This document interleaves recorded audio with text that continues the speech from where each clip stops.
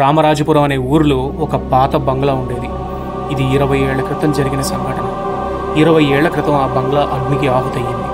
ఆ రోజు నుండి రాత్రి 12 గంటలకి అక్కడ ఒక స్త్రీ స్వరం వినిపిస్తుందని గ్రామస్తులు చెబుతుంటారు.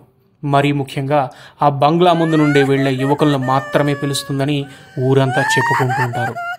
వినయ్ వాళ్ళ నాన్న ఒక గవర్నమెంట్ ఉద్యోగిగా పనిచేస్తున్నాడు. ఆయనకి ఈ మధ్యనే రామరాజపురం ట్రాన్స్ఫర్ అయింది. హైదరాబాద్లో సాఫ్ట్వేర్ ఇంజనీర్గా పనిచేస్తూ అమ్మా నాన్నలతో కొన్నాళ్లు గడపడానికి వర్క్ ఫ్రమ్ హోమ్ తీసుకుని వచ్చాడు వినయ్. అమ్మ వినయ్ని చూడగానే తెగ సంతోషపడిపోయింది. ఎందుకంటే వినయ్ వచ్చి ఇప్పటికే 2 సంవత్సరాలయ్యింది. వచ్చిన మొదటి రోజంతా అమ్మా నాన్నలతో గడిపిన వినయ్ మరుసటి రోజు వాళ్ళ ఫ్రెండ్స్ని కలవడానికి దూరంలో ఉన్న పక్క ఊరికి వెళ్ళాడు. సాయంకాలం దాకా ఫ్రెండ్స్తో గడిపిన వినయ్కి సడన్గా ప్రకాష్ ఇలా అన్నాడు, అరే చెప్పడం మర్చిపోయాను, ఇప్పుడు నువ్వు ఎలా ఇంటికి వెళ్తున్నావు అని అడిగాడు. టైం అప్పుడు సుమారు 6 గంటలయింది. ఏముంది, వచ్చిన బండి మీదే వెళ్తాను అని వినయ్ అన్నాడు. అది విన్న ప్రకాష్ ఒక్కసారిగా షాక్ అయ్యి, నీకు కానీ మైండ్ దొబ్బిందా? అసలు మీ ఊర్లో జరిగిన సంఘటన గురించి ఎవరైనా చెప్పారా లేదా నీకు? ఆ బంగ్లా గురించి కూడా ఎవరు చెప్పలేదా నీకు అని అన్నాడు. దానికి వినయ్ నవ్వుతూ, ఏంట్రా అందులో దయ్యం ఉందని చెప్పి భయపెడతావా ఏంటి అని గట్టిగా నవ్వేసి బండి స్టార్ట్ చేసి ఇంటికి బయలుదేరాడు. టైం సుమారు 6:15 అయింది. ఊరి చివర బంగ్లాలో ఉన్న లొకేషన్కి వినయ్ రాని వచ్చాడు. సరిగ్గా అక్కడికి రాగానే ఎవరో తోసినట్టు బైక్ మీద నుండి స్కిడ్ అయి కింద పడిపోయాడు. నెమ్మదిగా లేచి తన ప్యాంటుకు ఉన్న దుమ్ము దులుపుకొని అసలు ఎలా పడ్డానో తెలియట్లేదే అని ఆలోచించసాగాడు. లెఫ్ట్ సైడ్ బంగ్లాలో సన్నగా ఒక లైట్ వెలుతురులో ఒక స్త్రీని చూశాడు వినయ్. మోకాలికి చేతికి దెబ్బలు తగిలున్నాయి కాబట్టి మెడికల్ కిట్ ఏమైనా దొరుకుతుందేమో చూద్దామని చెప్పేసి ఆ బంగ్లా వైపు నడవడం మొదలుపెట్టాడు. డోర్ బెల్ కొట్టగానే తలుపులు ఆటోమేటిక్గా ఓపెన్ అయ్యాయి. లోపలికి అడుగుపెట్టిన వినయ్, బ్రో ఎవరైనా ఉన్నారా? పడిపోయాను, దెబ్బలు తగిలాయి అని గట్టిగా అరిచాడు.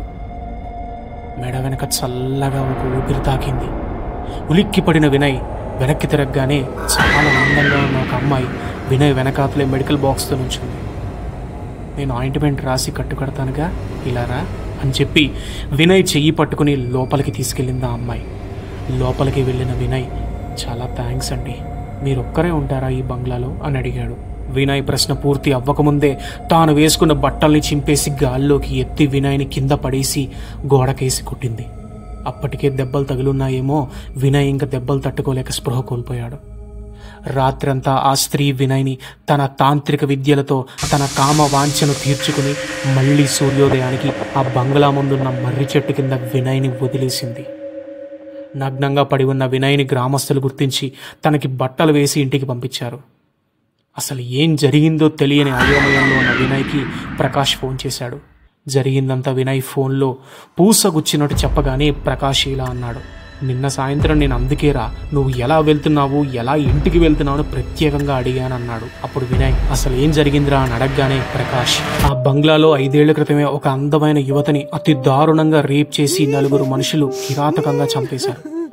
అప్పటి నుండి తాను పిశాచమై ఆ దారిన వచ్చే వాళ్లను తన మంత్రశక్తితో తన కామదాహాన్ని తీర్చుకుంటుంది. నీ టైం బాగుంది కాబట్టి అది వదిలేసింది.